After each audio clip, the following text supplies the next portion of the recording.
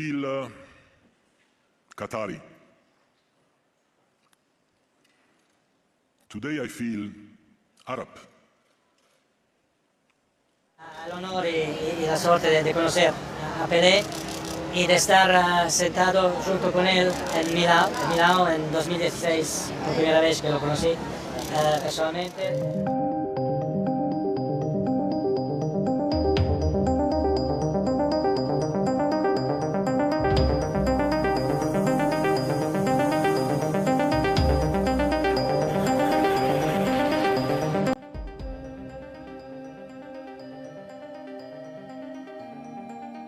Dampaknya mulai terasa di dunia olahraga khususnya sepak bola. Situasi memanas di Timur Tengah mau tak mau akan berpengaruh kepada nasib sejumlah pertandingan. Namun sebelum kita lanjut ke berita terlengkapnya, alangkah baiknya bagi kalian untuk menekan tombol like terlebih dahulu. Dan yang belum subscribe, tolong subscribe channel ini agar kalian mengurangi satu angka pengangguran yang berada di Indonesia. Dan kalau sudah saya ucapkan terima kasih. Langsung saja kita gas ke pembahasannya. Tak terkecuali putaran keempat kualifikasi Piala Dunia 2026 di mana hanya Indonesia satu-satunya wakil yang tidak berasal dari Timur Tengah. Belum lama ini AFC telah mengumumkan kalau tuan rumah putaran keempat adalah Arab Saudi dan Qatar.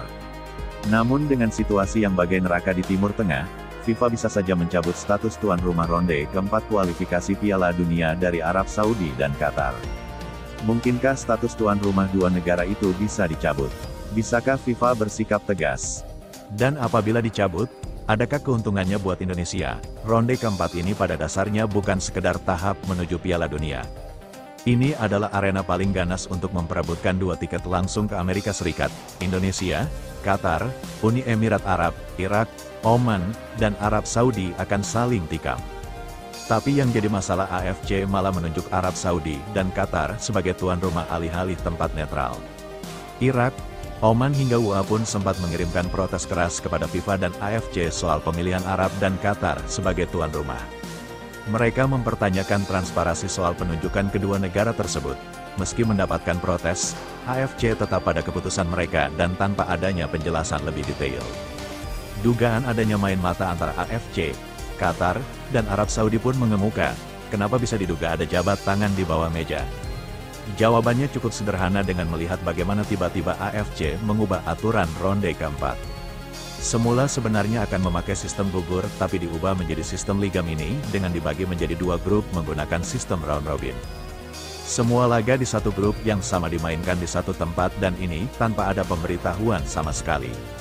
Isu soal penunjukan Arab dan Qatar jadi tuan rumah ronde keempat hingga format laga yang berubah pun mendapat banyak respons.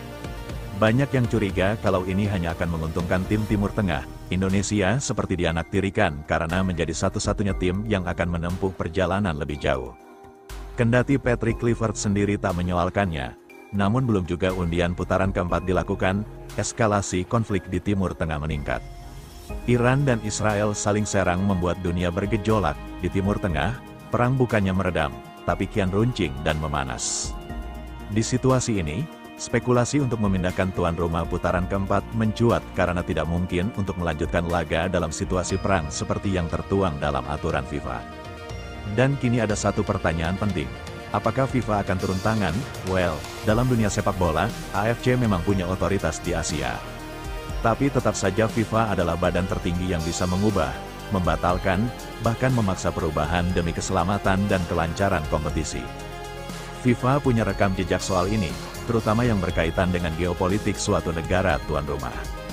Ketika pandemi melanda, Cina mundur dari tuan rumah Piala Asia 2023 dan AFC langsung mengalihkan penyelenggaraan ke Qatar. Situasi darurat mengharuskan tindakan cepat. Meski bukan perang, keputusan itu menjadi presiden penting bahwa tuan rumah bisa berubah karena faktor non-teknis.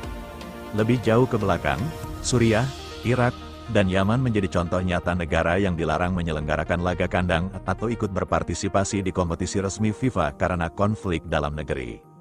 Timnas Suriah pernah harus bermain kandang di Malaysia dan Oman karena dilanda perang dan FIFA tak memberikan izin bermain. Irak pun sempat tak bisa berpartisipasi dalam ASEAN Games dan sebagian besar kompetisi Arab selama bertahun-tahun karena Perang Teluk 1990.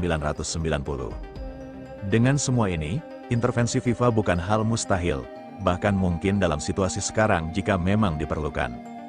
Bahkan timnas Palestina terpaksa beberapa kali memainkan laga kandang di Yordania dan beberapa negara lain karena situasi di tepi barat dan sekitarnya. Namun langkah mengubah tuan rumah bukan hanya soal hitam putih keputusan. Qatar dan Arab Saudi adalah investor besar dalam tubuh AFC. Selain itu, mereka juga punya stadion yang didanai miliaran dolar. Ketua PSSI Erick Thohir sendiri menyatakan bahwa kedua negara itu memiliki infrastruktur yang baik untuk menjadi tuan rumah. Selain itu mereka punya jaringan sponsor, kontrak siaran, dan yang paling sensitif pengaruh politik, misalnya saja Qatar yang punya Nasser Al-Khelaifi. Sosok yang dalam hampir 10 tahun kebelakang berperan dalam dunia sepak bola modern. Belum lagi di jajaran Dewan FIFA ada dua nama yang berasal dari Arab Saudi dan Qatar, yakni Sheikh Hamad Khalifa Al Thani dan Yasir Al Mishelal.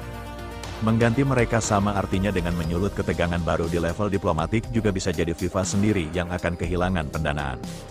Qatar Airways, maskapai penerbangan milik Qatar dan Aram, perusahaan minyak dan gas yang berasal dari Arab Saudi adalah dua perusahaan yang menyumbang dana besar pada FIFA. Jika FIFA berani mengambil tindakan dengan mencabut hak tuan rumah dari Qatar dan Arab Saudi karena situasi memanas di Timur Tengah, artinya FIFA menjalankan tugasnya dengan semestinya. Tapi kalaupun misalnya putaran keempat dipindah, akan dipindah kemana? Pertama, negara seperti Jepang, Korea Selatan, atau negara ASEAN bisa jadi opsi. Mereka relatif netral, aman, dan punya infrastruktur memadai. Malaysia misalnya pernah jadi kandang timnas Irak dan pernah menjadi tuan rumah berbagai event besar. Kedua, ada kemungkinan bahwa format dibalikin ke sistem home away, meski rasanya peluang ini kecil.